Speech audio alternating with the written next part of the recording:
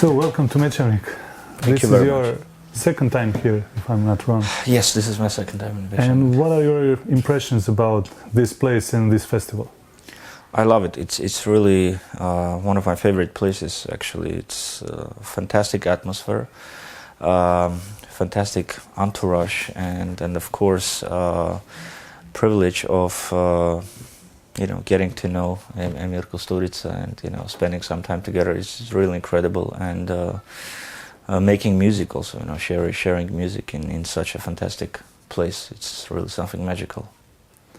Well, you said that Emir Kusturica is not from this planet in one of the interviews I found. So what is your perception of him as an artist and as a man? Well, he's one of those personalities who define the generations. He's really it's maybe it will sound a little bit like a cliche, but he is a true legend. There is many people who are self-proclaimed legends, but they are not. But Emir is really truly a legend who does a lot, not only in the field of arts and movies, but also in everything. I mean, he's just a big, gigantic personality, and it's really fascinating to be around him and know him. You said that Rostropovich threw you out of your first class. If I'm not wrong, because you were trying too hard. Yeah. Well, what did you think of that in the moment when he threw you out, and what does he represent for you today as your mentor? Well, I would maybe say it differently. He threw me out not because I was trying too hard. That would have been good, but I was trying too hard, not the right things.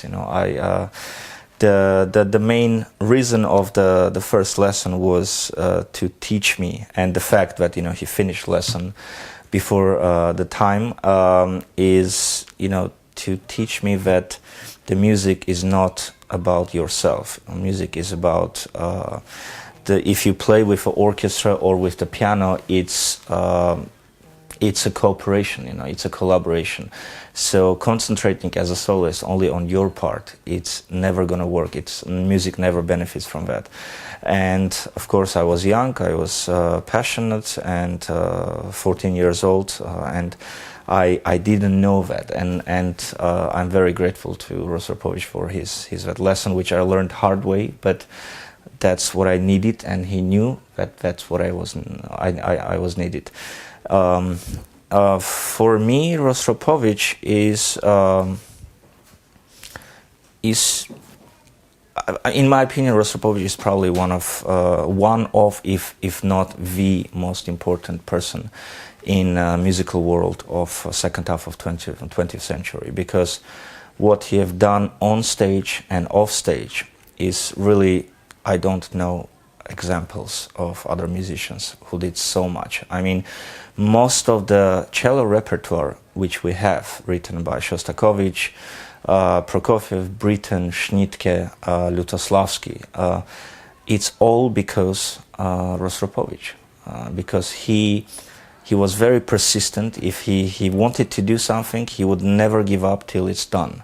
And he wanted those composers to write concertos, sonatas, and pieces for cellos, and he succeeded. So he made such a gigantic contribution to the repertoire of his instrument, which I don't know any other examples of musicians who did that. What do you consider more important in music, emotion or technique? And if you were to be deprived of one of these things, what would you be able to lose? I mean, what would you want to lose before the other? Definitely emotions is more important, because music is emotions. Technique never really leads to any emotions, technique by itself. But there is also an option of emotional technique, I would call it, when you show off your technicality, but it goes through emotions.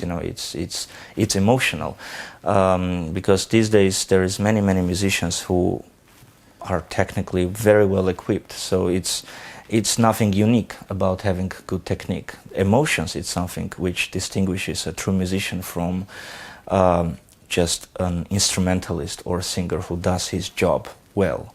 But I think if you go to the concert and listen a really brilliant virtuosic person who has a fantastic technique but no emotions, you will probably like it, but in 10 minutes you will not remember any single note or any single emotion from that concert.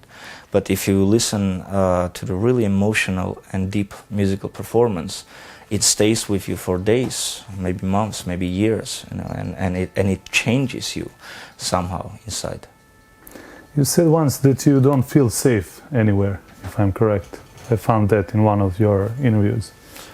Well, That's maybe it's probably wrong, taken out of context. yeah, probably. But do you think the political situation in the world will be better, or everyone has to be scared of how things will go right now in this moment? I don't think so. I mean, I think every generation is a bit paranoid, and every generation thinks that the previous generation was safer and better, and things are getting worse and worse. I don't think that the world is in some really desperate state right now. Wars and tension has been always between certain nations, certain powers, and it's always been like that, and I think, unfortunately, it's always going to be like that. So, unfortunately, there is always parts of the world, countries, and certain groups of people who suffer because of political games, and it's always been like that, and it always will be. You know, me as an Armenian, I cannot say that now in 2019 the situation is worse, because 100 years ago we had the Armenian genocide made by the Ottoman Empire, when at least 1.5 million Armenians were slaughtered. And so compared to what was happening, in particular to my country, to my nation 100 years ago, now we have a country, we develop, and it's much better situation.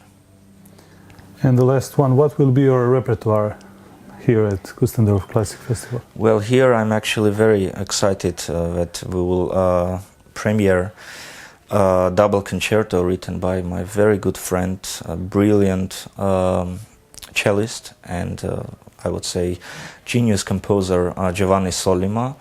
We will be playing with my very dear and beloved cousin, Khachatur Almazyan, on violin, and my brother Tigran Haknazarijan will conduct.